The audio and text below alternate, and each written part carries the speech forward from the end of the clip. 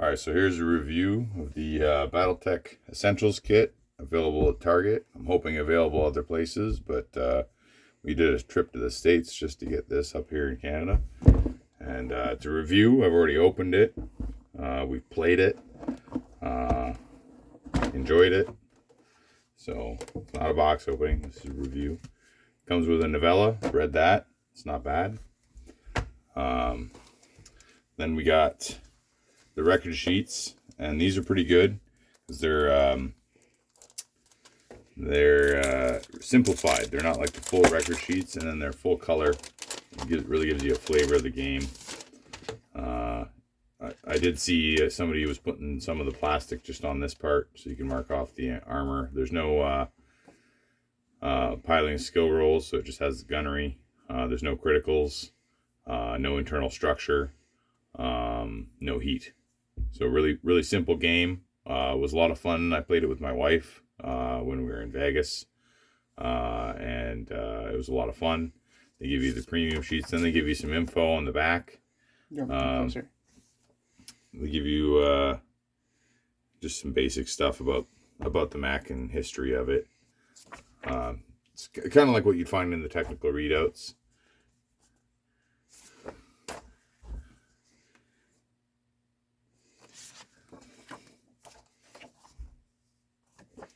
So that's kind of nice, especially for, trying to introduce somebody to the game.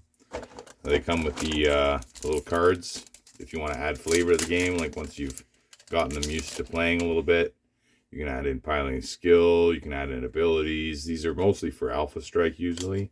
So I thought it was a little weird that they didn't add the Alpha Strike cards. Seems a little weird. But they didn't add the Alpha Strike cards because they're trying to keep it simple for these, but whatever. They gave you pilot cards with Alpha Strike abilities. I don't know.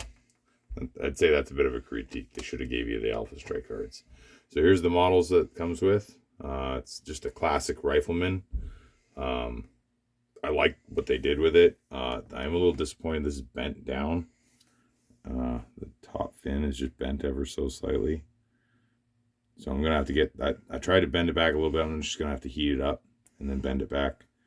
So a little disappointed about that. But otherwise, it looks really cool. There was some, like, in the original figures, you couldn't really tell if this was the head or this was head. They've really made that clear now.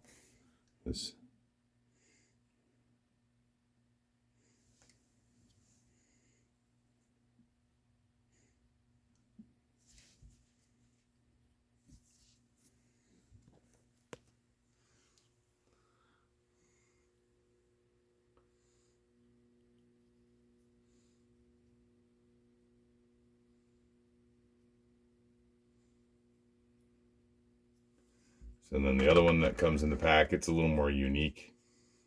It's the, got a claw. Big autocannon, because I think it's an autocannon 20. The Lo Wang version. I used to have an old metal Centurion. It looked pretty good. This looks pretty good. I was pretty happy with this. Now, they don't give you any other ones, but the other ones that are in the pack, which I have, are the Thunderbolt and the Wolverine.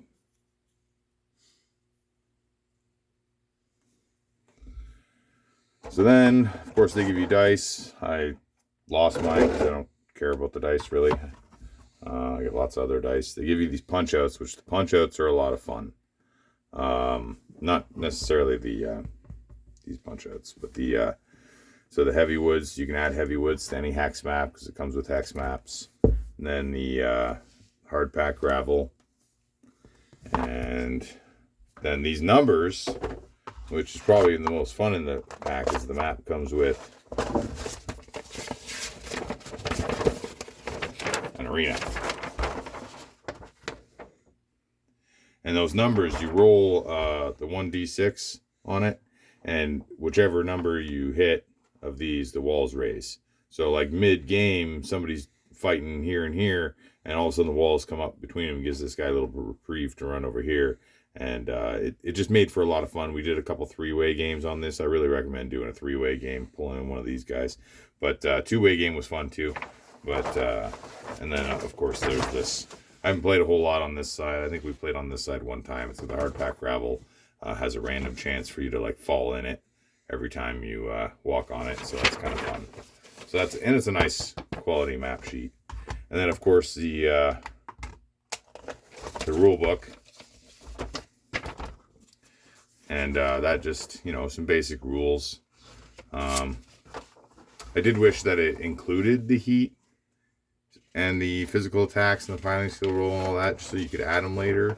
It kind of stops at that, but then it talks about adding pilot cards, which I'm not sure how you're supposed to do that exactly. I guess it kind of explains it. And then the quick reference sheet they had, I wish they just did a full quick reference sheet instead of this half. Because as much as that's good, if they did a full one, you could use it in the game, in the main game, once you've learned how to play. And then they give you, a guide to the inner sphere. That's pretty typical. It's a little map. It's kind of cute. And I did think it was odd that the version of the Yunlo Wang they give you is not the one with the claw, even though they give you the one with the claw. It's just AC-10 medium lasers. There's no claw. So I thought that was a little weird. But there's no physical attacks, so how would they do that? So, I mean, that's fun, but now what we plan on, this is really neat. These are just all the optional rules, which makes sense. And then they added stable rules, which we all plan on doing classic Battletech. And we're all going to pick a stable, and then we're going to paint it to match the stable and do one-on-one matches or free-for-alls, basically, or like King of the Hill. And we'll get these different abilities, because there's different abilities in the stables for each one, and they're based on each house. So that's kind of fun. So